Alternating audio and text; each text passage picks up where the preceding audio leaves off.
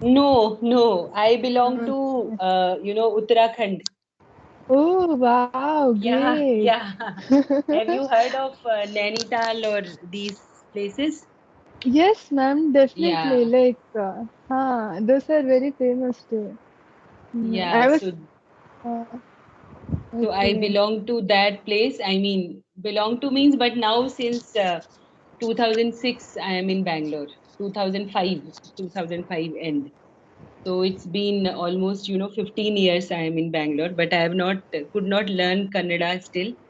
But Ah, now I know few things because of my kids and because of the online classes.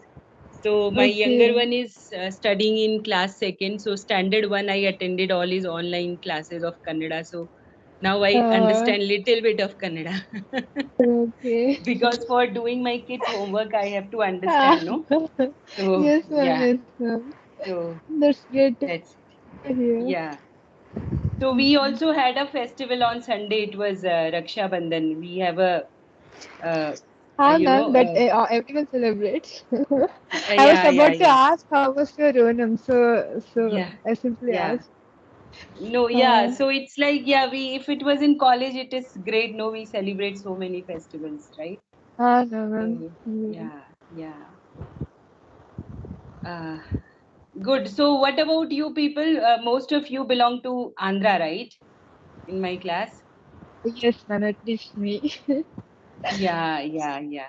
So you do so these 3 days you had any function? This Raksha Bandhan is for you also. Yes, ma'am, yes, ma'am. Raksha Bandhan, I Okay. couldn't celebrate. Like, I just o- made some calls. Okay. Uh, Yeah, that is what with this Corona time, that is the only thing, right? Yeah. yes. Yeah. So, but with respect to Onam, we don't have any festival, no? In Andhra, we No, ma'am, not. celebrate. Yeah. We had Lakshmi Vratam, but we don't do anything much in our side. So Yeah. it was just Yeah. Raksha Bandhan, which I liked the most, but then I couldn't do anything about it. Yeah. Yeah. Yeah. Yeah. All right. So now, actually, you know what happened? Earlier, your exams were scheduled from 30th, no? As per the calendar. Your mid-sem was scheduled from 30th, that is coming Monday, right? But the timetable, when Yes. it came, they shifted it by 1 week. They postponed it by 1 week. It is starting now from, I think, 6th, no? 6th or 5th. Yes, ma'am. 5th We is a got the Sunday. date sheet. Yeah. So mine will be on third day. So now exams fourth September is a Saturday. So fifth will be Sunday. From sixth it is starting. So my exam will be third exam, right? So I had my planning, accordingly. I during your exam time, I had planned my review. For our research, we have to give our presentations. No, every 6 months we have to give a presentation. So I had kept according to, because it's your exam time, we will not have classes. I scheduled my presentations, but I can't change that. So it is Oh. going to be hectic for me. But anyway, sometimes we Presentation should not. means like I didn't get you, ma'am. The classes No, you no, mean? like no. What happens? No, like I am doing my PhD, right? So for that Oh, also okay, great. we need to no, it's not a great thing because it has taken a lot of time. Like I could have completed it by now, but I could not do it. It really needs lot of dedication, lot of the paper has to be, there should be good Yes. publications, actually, not only publications, good publications. Mm. So I am not very good at that progress. I am not satisfied with that, but we have to do 6 month presentations, whatever we did last 6 months. No, we have to do, give our reviews for that. So thinking that your exams are starting from next week, I scheduled that with my committee members. There will be 5 panel members in that next Tuesday, but now I cannot do Okay. that. I cannot reschedule it. It is like that. Yeah. Mhm. Mm. Yeah. So I am not able to connect. What is the problem? I am not able to share my screen from the other device. Okay. 1 minute. All the I'm best, just. ma'am, for your Yeah, presentation. yeah, thank you, thank you. So I was thinking that this I don't have to teach that week, so okay, I can do it, but it happens. So sometimes early planning is also not good. I feel where we know it is so much of dynamism. It is not good. I feel. Yeah, like mhm. Anyways, but your quiz that is scheduled tomorrow, we will have it tomorrow only, students. Okay. Why? Because I again reconsidered yesterday. You don't have any placement exam. I checked the schedule what Shiva ma'am has given. So there is no exam tomorrow. Okay. Right. No placement exam is there on 24th tomorrow. No, 24th I checked. No, 24th is there is an exam. I checked from 10:30 or something was written, but 25th there is no exam. So tomorrow, first hour, by we will keep a time from 8. We will join the class at regular time, but maybe from 8:40 or 8:45 we will start. 10 questions will be there. Okay. And after the time is completed, you can see the answers also. Then we will continue with the class. Like that we will be doing tomorrow. Because next Wednesday, again, we do not know, there may be some placement or something. Ma'am, Oh, ma'am, we'll finish it up. I don't know, students, why this is not allowing me to. What's happening exactly? No, I am Okay. connecting from my machine. It is not. It Phone kind of only, it. no, ma'am. You are Hang. trying. Oh, sorry, laptop, No, no. no. Okay, I am that, yeah, okay. connected with laptop. I was trying to Yeah, connect. yeah, yeah. 1 minute. I will just.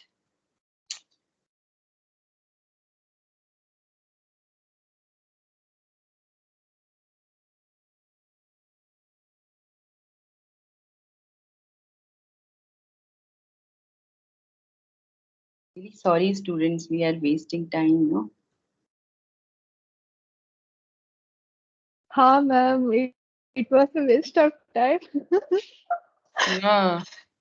No, We were many talking this at on. our No, no, screen no. will be shared. You can just try again. Like it's on. You connected, no, ma'am. Like you have Teams open, right, on the laptop, Teams college is laptop. open. Yeah. 1 minute. You can just probably log out there and log in again, Yeah, yeah. like how it works for you. Yeah. This is my. Let me just start task manager.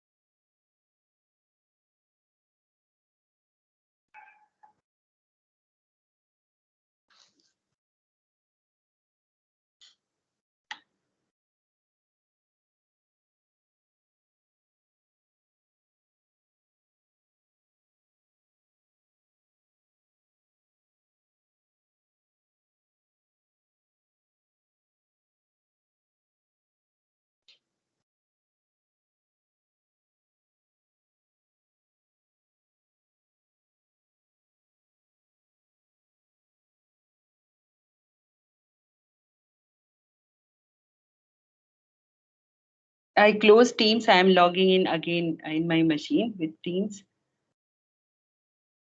Okay.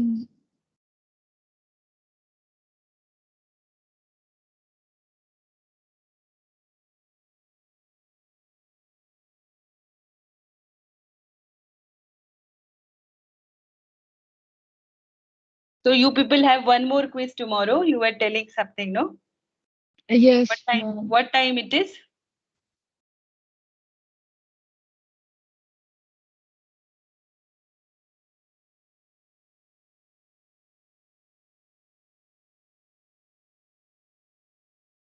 Class Yes, tomorrow. is What in time the is it? time only, no. Uh, Afternoon, Okay. 1:45, something like that. I'm not sure, ma'am. Okay. Okay. At 10:45, ma'am. At 10:40. 10:45. Yeah, Oh, 10:45 to 11:35 in between. but it is a core course, no? It is for everybody, right? Yes, ma'am. Right. Oh, okay. Beena ma'am and Priyanka ma'am are teaching, right? That course. Yeah, yeah, yes, ma'am. Yes, ma'am. So how do they teach? Like one topic, or only one person has taught so far?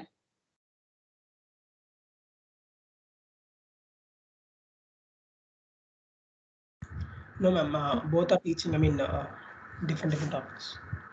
Okay, okay. Because Yes, I have ma'am. never Class. handled. Okay, okay. Because in online mode, no, they have the classes they have given only. It is not like a physical mode where they have separate classes. So they have given the same timetable, right? So from the time online mode has started, I have never done classes where shared with someone. Now I'll be doing third semester, but so far I have not done. So yeah, so it's in online mode. It actually doesn't matter, right? Already, we are spending time in these things, managing the device and all these things.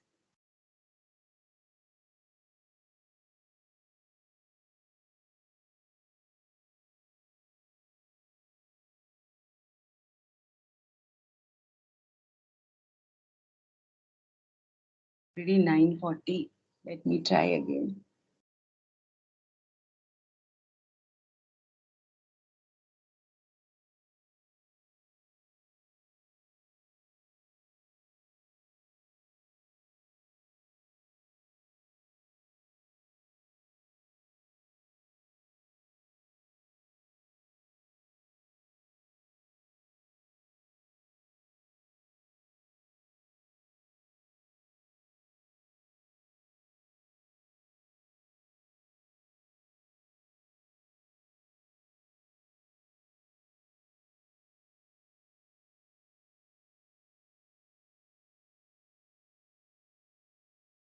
Finally, it came. Yeah. All right, students, I'm really sorry about this. Actually, I should have joined before 10 minutes. I was here, I was just reading through, and I forgot that part that I should have logged in before to set it up. Okay, so we were discussing That's okay, about ma'am. yeah, yeah. So, and yesterday only I realized that I have to do one class also, no? So maybe next Monday, students, next Monday won't be possible because Tuesday is my presentation. Otherwise, if I am done, if I am ready, I will try to take your class. And if you are also free next Monday, third and fourth, both hours. I mean, if you also agree, maybe in between 10-15 minutes break we can have just to compensate. Okay. We will see, how we are doing with the midterm portion and all, if needed, or otherwise, after your midterm exam, also we can have one Monday, third and fourth hour, we will have. Because I have to compensate. I think I have missed one or two classes for you, or in between, see, like this time is going, no, 10 minutes. So we will see. Sometimes we will do Monday, fourth hour also we will have. Okay, when all of you are free, then only, okay, without taking any tension.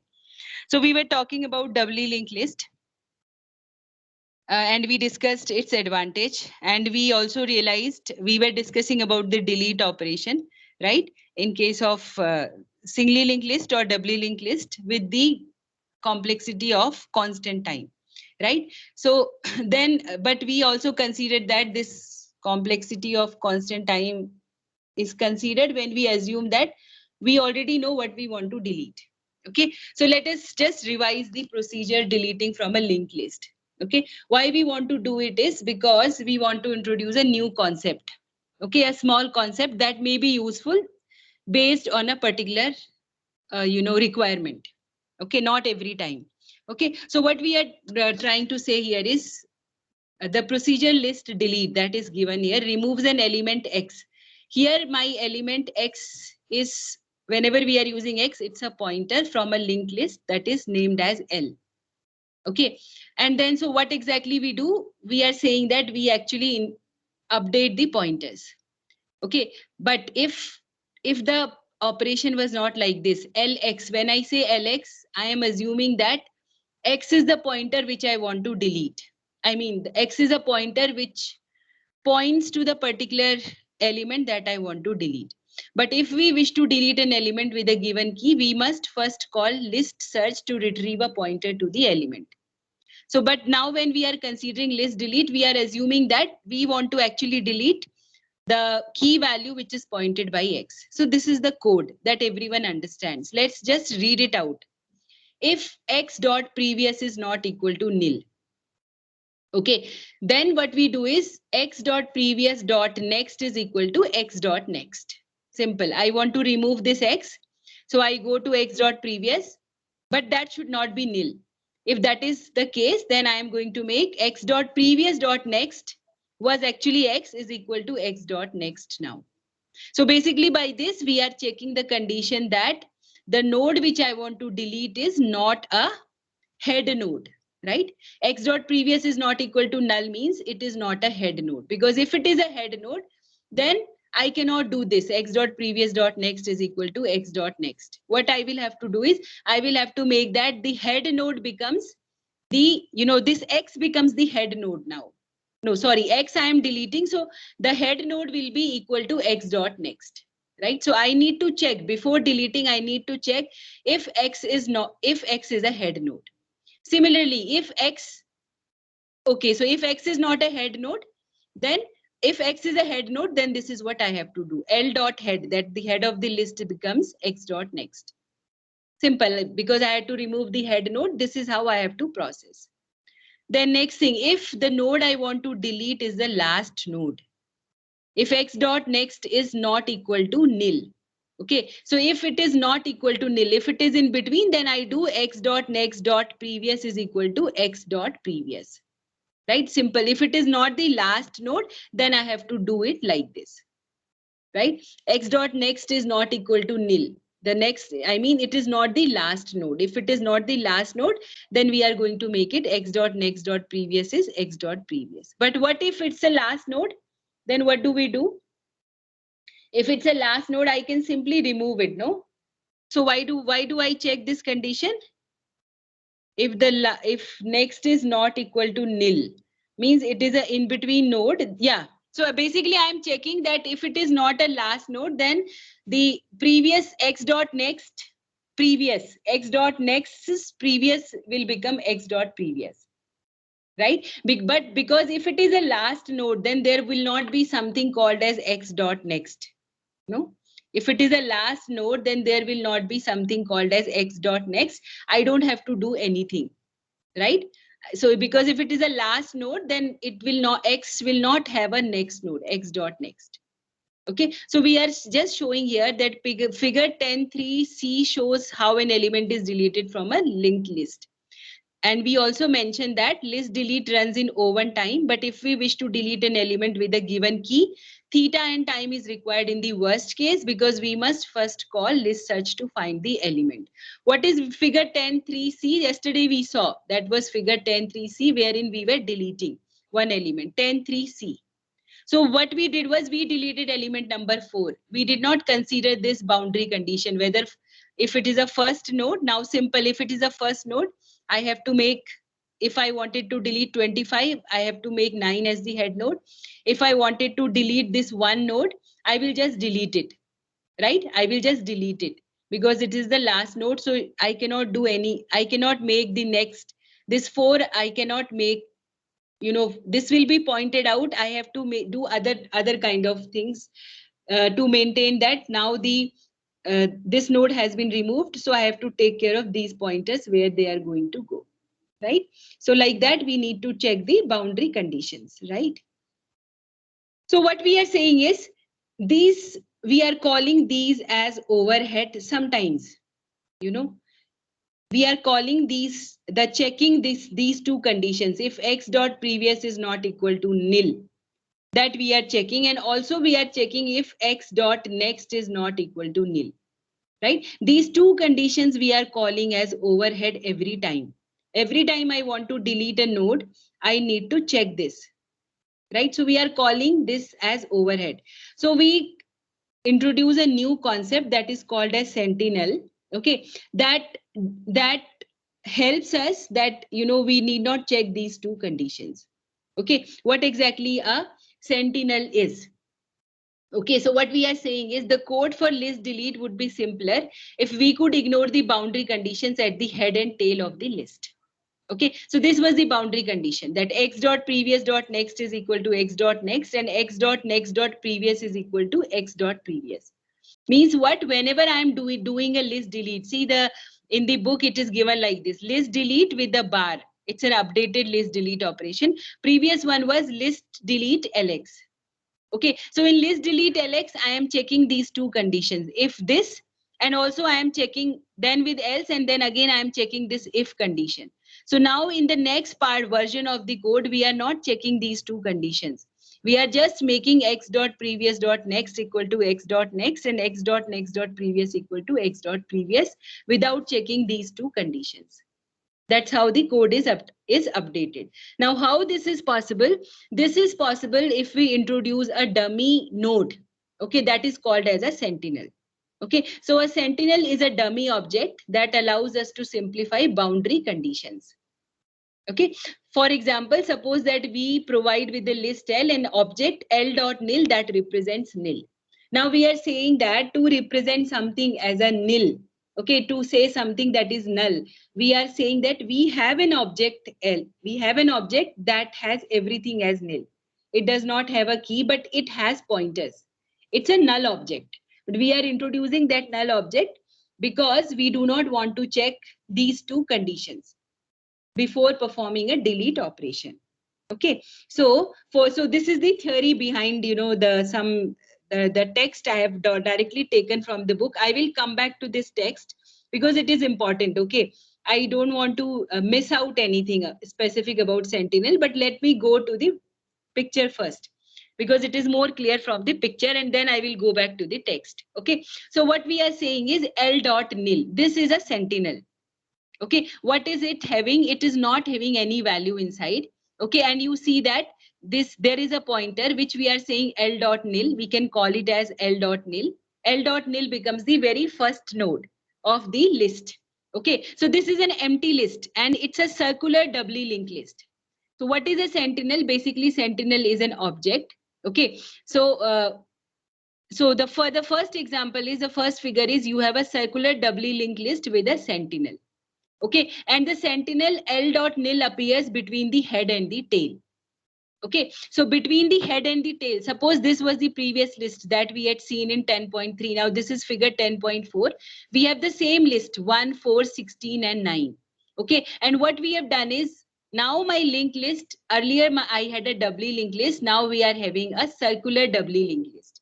Okay, so what we have done is we have added a nil object that we call as a Sentinel, and we make this linked as the circular linked list. Circular linked list means you see from the last node, the node is coming here, one pointer is coming here, and from the first node, this pointer is going here. Okay, and now we don't need a head. Basically, we have replaced head with this pointer L dot nil. We actually, so this was the head of the list. Now we do not want this head of the list because through L dot nil we are going to access the linked list. Okay, so now what is the advantage of it? We will see. Okay, so for example, let us just first see that the first picture here is a circular doubly linked list which has only a Sentinel. Okay, it's actually a null list, but we have made it as an object, right? So the Sentinel L dot nil appears between the head and the tail. Okay, this is the head and this is the tail, and it is appearing between these two. The attribute L dot head is no longer needed since we can access the head of the list by L dot nil dot next. Okay, so the very first example is an empty list. Okay, the second example is a linked list from the figure 10.3a, right? Wherein earlier we had shown that key 9 was at the head and key 1 was at the tail. Now it has gone like this, right? So you have added one object. So this was your head and this was your tail. So like that you have the pointers. From the tail there is a pointer, and from this nil object there is a pointer to the tail. Okay, now what will happen? Now we are saying that if we have, earlier we had seen, right, we want to insert x dot 25. Okay, so what we are going to do is we are going to insert x dot 25 here. Okay, so what we do here is the linked list from figure 10.3a with key 9 at the head and key 1 at the tail. The list after executing list insert lx where x dot key becomes 25. 5. So what happens? The new object becomes the head of the list. It's the same process, right? So now only thing is you are not checking the boundary condition. You always have, the idea is that we always have one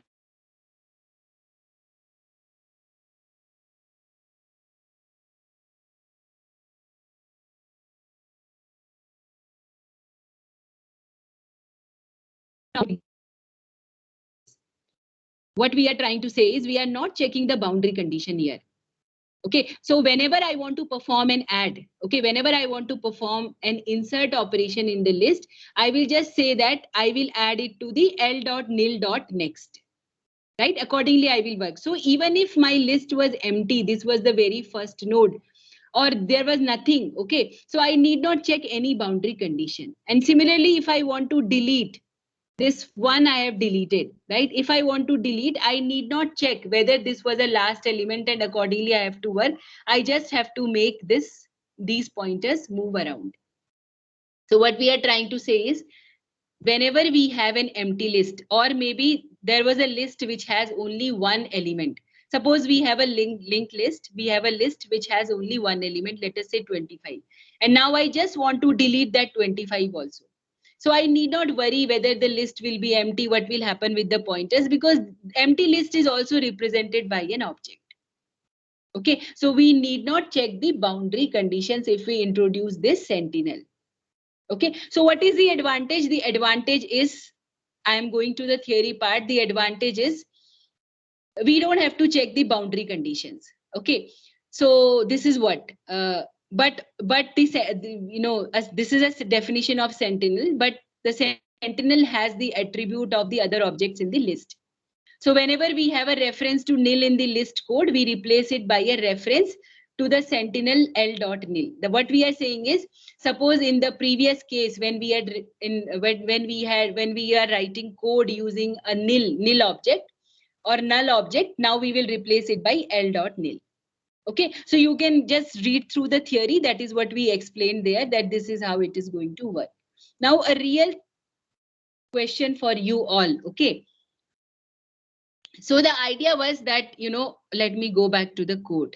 The idea was I don't want to check these two conditions. Okay, now let's give it a thought that whether it will really help and how much we will save. Right, that was the idea, that I don't have to check these two conditions when I want to delete the head node of a list, the first node, or when I want to delete the last node of the list. I have to, or forget it, first node or last node. Yeah, it is not, it will always apply. Whenever I want to delete any node of the list, these two preconditions were there. Okay, so that I have to remove these two conditions, we got to this new code with the help of a Sentinel. Now we need to really think that did we really get a help? And if we got a help, then what was the amount of help?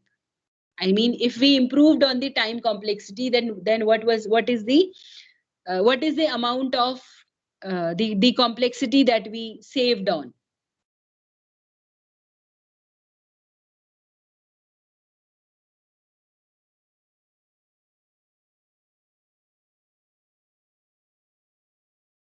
Or some of you might also say that, ma'am, actually we don't need it.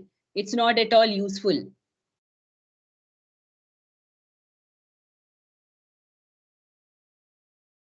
Did we really save something by doing this? No, ma'am, it's a very small change. It's not very effective. I mean, not a drastic effect. Okay. So can you say in terms of complexity that you saved theta n, or you saved some constant amount or something like that? How many operations in general you saved? If you compare it with the previous code, then can you say how many operations basically you saved?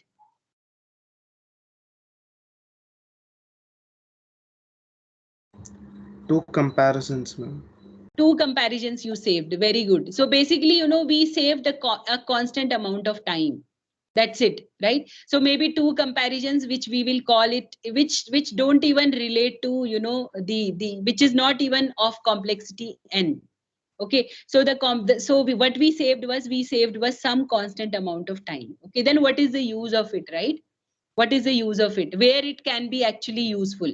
First of all, the basic ground reality is the basic principle of any algorithm design or anything or any design that you would have seen, that keep it simple. In networks also there is a principle that is called as keep it simple. We should always keep things simple as long as they can be kept simple. Okay, so though there is a comparison, but if you are dealing with a small amount of data, then fine, we will go with the comparison because we are only saving some constant amount of time.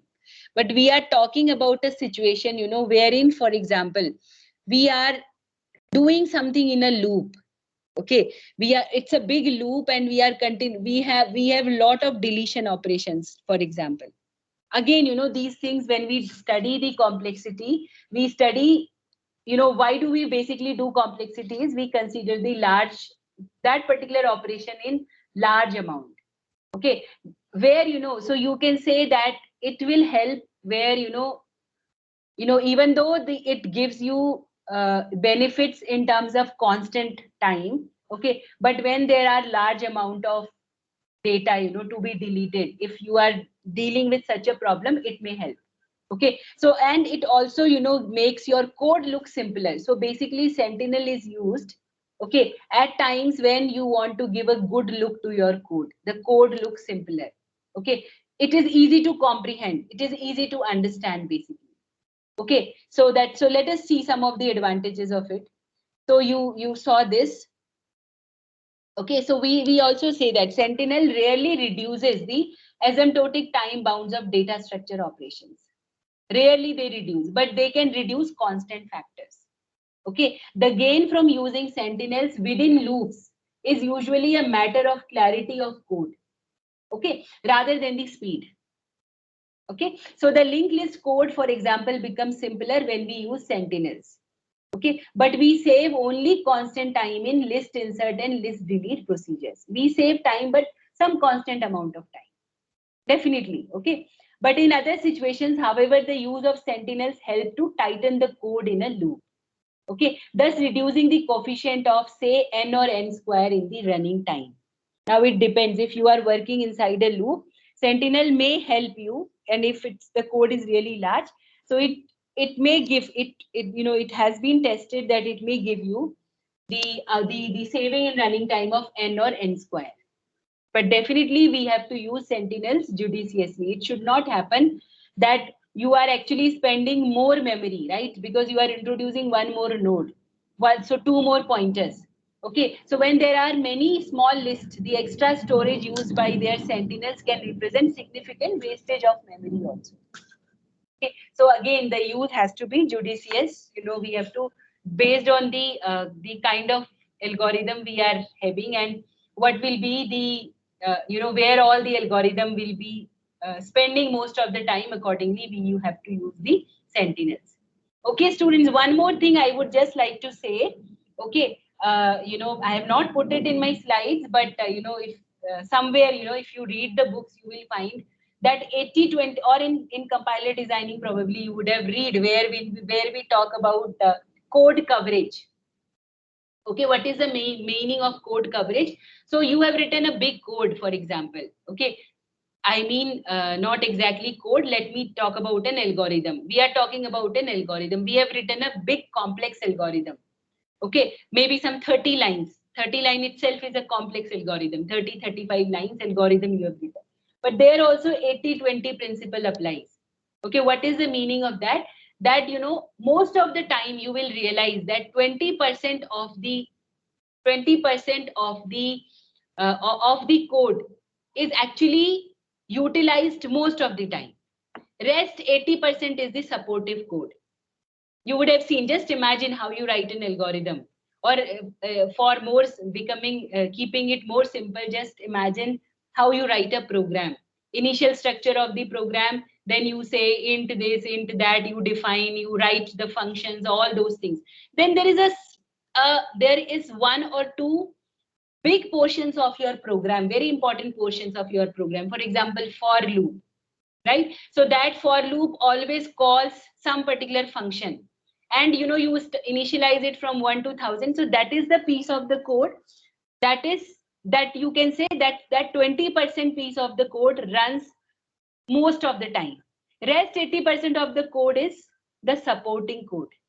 That maybe you would have visited only once. You would have initialized X only once. Okay. And once you have just returned from the main. Right? Everybody would have seen that scenario. So that principle applies in algorithm or in program designing also. So why we have to see, as a computer scientist, we need to understand that where should we focus. Okay, so now if you want to improve on your algorithm, you have a big algorithm, right? Focus on the part of the algorithm which has the most code coverage.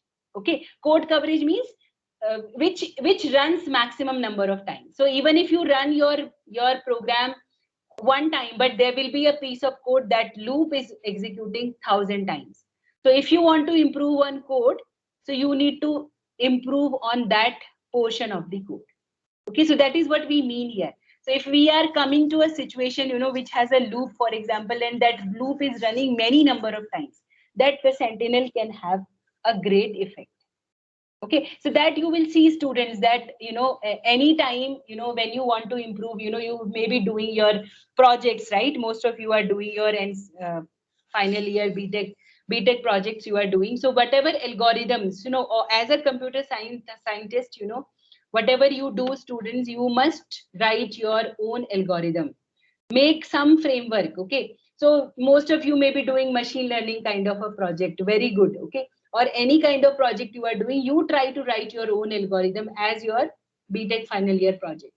Okay, the algorithm may be very simple. You make your framework, maybe you write your code in Java or whatever. From that, you call a machine learning piece of algorithm, and then you will realize that, okay, if I want to improve accuracy of my work, I am proposing a new algorithm and I want to prove that this is more accurate, more efficient. Where should I focus on? Which part I should focus? So that you can also say that I improved on this part, and because of that, this was the most important part of my code. Because of that, I gained in accuracy. So if I am gaining in something, some parameter, I should be able to prove, I should know why am I gaining on this parameter.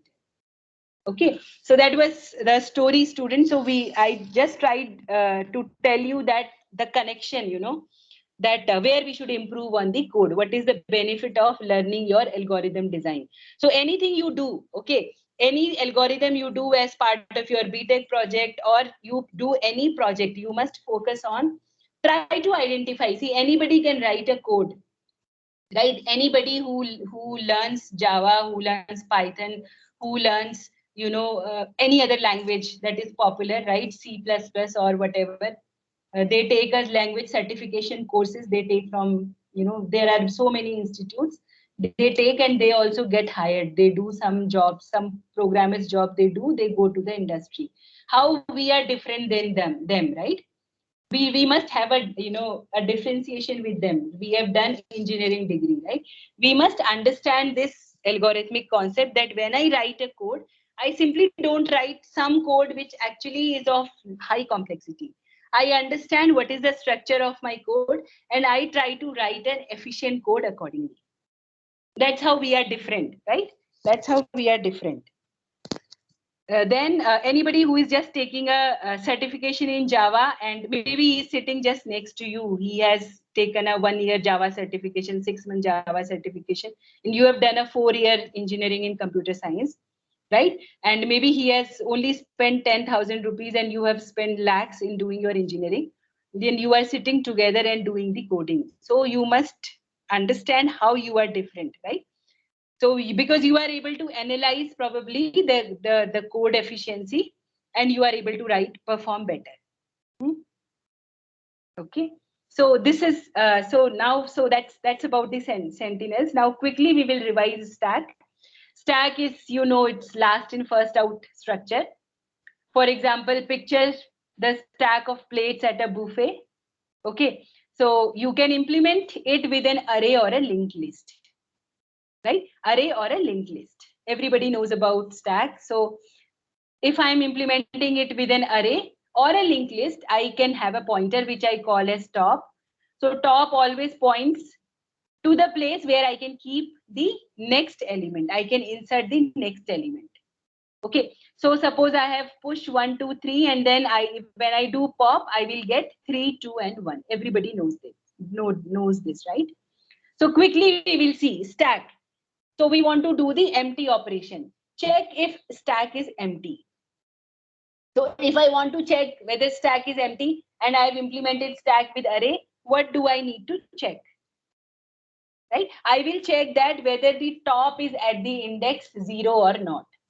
If I'm implementing an array with a stack with an array and I want to see whether the stack is empty or not, it definitely depends on how do I implement the stack using array. But generally, I will say that I've just initialized the stack, initialized the array, and top is pointing to the 0th element, right? So to check if stack is empty, if top is at the index 0, right? And if I'm implementing it using a linked list, then I'm going to check if head pointer is null, right? The head pointer is null means nothing has been initialized in the stack. Simple. That is what when we check for the stack. So what is a runtime, right? What is a runtime for checking whether the stack is empty?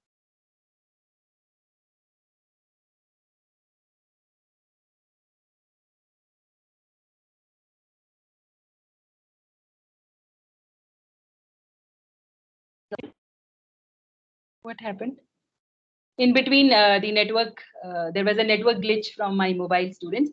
So it showed me now there are 30 attendees. I don't know what are others to. Why did they join the class? I really don't know. Okay, fine.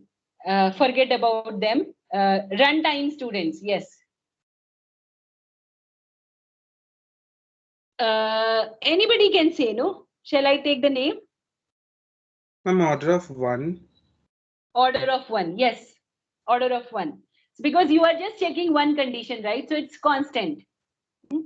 What happened? Yeah. So order of 1 is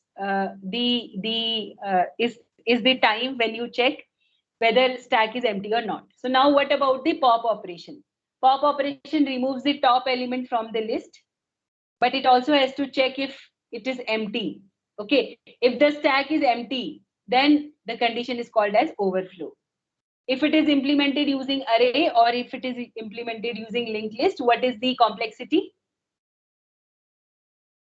So if you implement it using array, so the pop element, it is going to return the element at the top and it is going to decrement the top. Definitely the stack should not be empty for doing a pop operation. So you need to check that first. But once you find that it's not an underflow condition, you can implement it using array or linked list. So when you do it linked list return and remove the front of the linked list, right? Front of the linked list. So we are assuming that there is a tail and there is a front, right? So because last in first out, so wherever there is a front, that you are going to remove from the stack, and the complexity is going to be same as, it's a constant complexity, because you have to just do one operation, right? So even though you need to check with the underflow condition, the complexity is going to be theta of 1 or O of 1, order of 1, right? Then push operation, add an element to the list, right? So array, if you do it using array, then what is going to happen? Increment, you are going to increment the top and insert the element, must check for overflow, right? If you are implementing a stack with array, and so top will always point, what is, the top will always point to the location, where you have the element that was inserted last, right? So for pushing an element, we are going to increment the top, so that if you are doing it using array, you have made an index, you are going to the next index, okay, and then you are going to insert the element, but you need to check for overflow. In linked list, that is the advantage, you need not check for the overflow, you are going to insert element at front of the linked list. That's the only difference, okay? And runtime is again going to be constant, same, okay, order of 1, or basically constant time. So what you should do for implementing array? You should use it using array, or you should use array, or you should use a linked list. Both has its own advantage or disadvantage. You know that, right?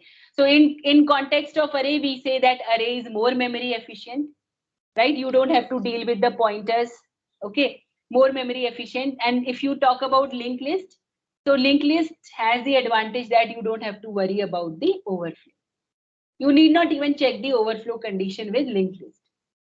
But there are other options which are the middle path of array and linked list, which we were discussing yesterday. You remember I was telling you that insert at index. Okay, so that is known as array list. Array list is nothing but expandable arrays. You can go through about this data structure. It is there in the book. Okay, what exactly it is? Array list is called as expandable array.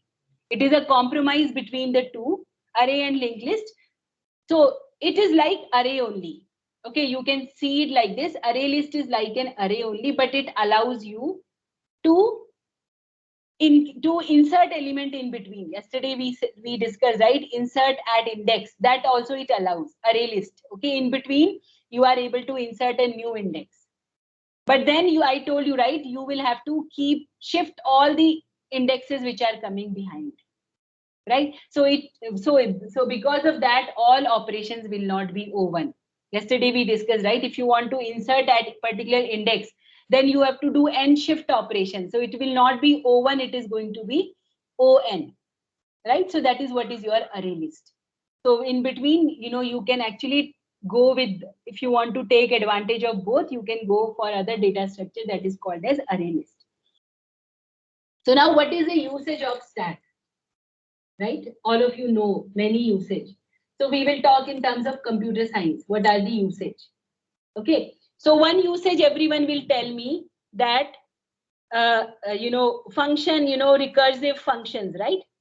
Recursive functions actually are implemented, your, what do you call, if you have studied computer architecture, right? So in computer architecture, you would have definitely studied that how exactly the memory management is done. There is a stack pointer, right? Every architecture has a stack pointer, because whenever you talk about returning from a function, where should you return from a function? That return address is stored in a stack, right? While making recursive function calls. So it's a very, very primitive and very, very important data structure, stack.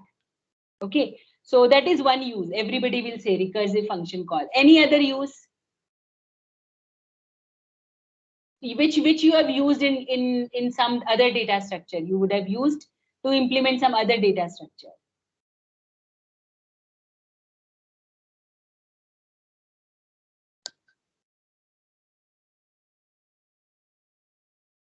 Okay, so we also use it in graph search algorithms.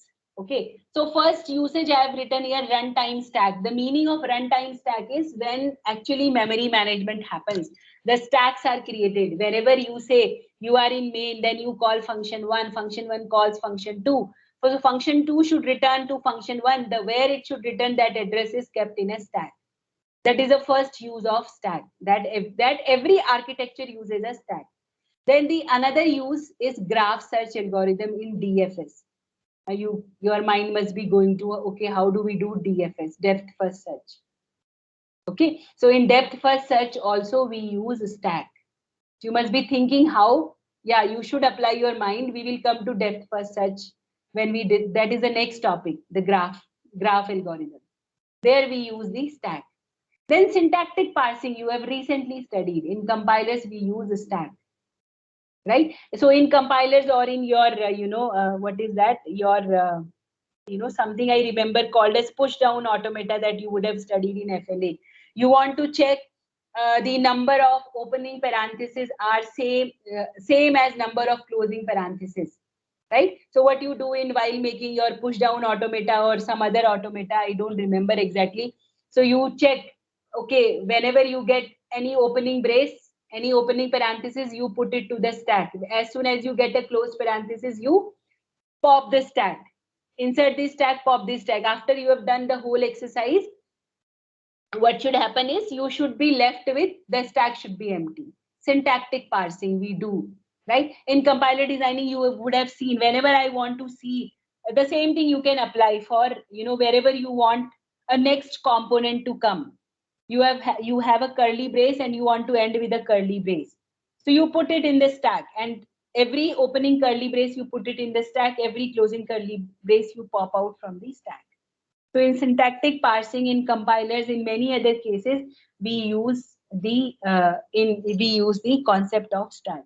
Wherever we want, wherever we want, to test, we want to store something and then we want to check it, right? So you would have studied in your compiler designing course or in your previous FLA course, you would have studied that, the disadvantage of your state machine was, it is not able to store a state, right? So there was no storage that was available with your finite state machine, right? That is why you had to take, because you cannot store anything, the state is not stored somewhere, right? That which store you are in, which state you are in. So that is why you go for other kind of automata, right? Wherein you use some data structures to help you, right? So stack is one of the data structures there. So let's talk about queue. So now in queue you have, this is the last topic, students. I'll just take 2 minutes. So you have seen picture a line at a grocery store and queue 1, 2, 3, and when you say DQ, it is going to be 1, 2, 3 in the same order, right? So queue can be implemented using array, using singly linked list, and using doubly linked list. We can use all three to implement the queue. Okay. So queue you can implement with an array, a linked list, or a doubly linked list. We must maintain 2 pointers. One is tail, another one is called as head. Right? So from one you can enter and from one you can remove. Right? So if you are using an array, then what we do is keep head and tail indices. We have to maintain, this is a head index, let us say head index, and this is the tail index. And then what we do is we use add to one and remove from the other. Right? So whenever I get a new, let us say this is the head, if I am going to add from here, then I am going to remove from the other end. Right? So from one end it is entering, from the other end it is removing. And in linked list, we keep a head and tail reference and we add to the tail and we remove from the head. Same thing. What are the runtimes? Runtimes are all going to be constants. So we check the operations. If the queue is empty, theta of 1, NQ means add an element to end of the queue. Again, theta 1 or constant, and DQ means remove element from the front of the queue. That is what we mean. That's the last slide, I guess. Okay. So what is the usage of queue? Okay, similar to stack. One is graph traversal. So stack we were using in depth first search, and we will use queue in breadth first search. And queue has a very nice use that will be used in scheduling. After your midterm, when we learned graph algorithms, we will also learn about scheduling that you have not learned before. Okay, one kind of scheduling where we will be using queues. Okay, so that's it, students. So you are ready for writing your quiz tomorrow. So please join. Tell everybody, those who are present today, all the students. I can see Sitaram. I can see Priya. I can see Priyadarshan. Okay, whoever is present today, please. I will put it in WhatsApp group also that tomorrow is the quiz. So please come by 10:30 and by 8:30 and by 8:40 we will start the quiz. It will be maximum for 7 to 8 minutes. Okay, not more than that. All right, students. So yeah. So the portions were till L7, Portion no, is ma'am? still here. Slides Yeah, are portion is uploaded only the only this slide I am going to upload now. Yeah, till today. Till today, whatever we have done, right? So the portion is that. Okay, yeah. Okay. Priya, you can please convey to everybody that they must not miss the quiz. Otherwise, there is no point of conducting quiz 3, right? So it should help everybody so that I can take best 2 out of 3. Okay. So nobody should miss the quiz. Yeah. Yes, ma'am. Yes. Thank you, students. Thank you. Thank you.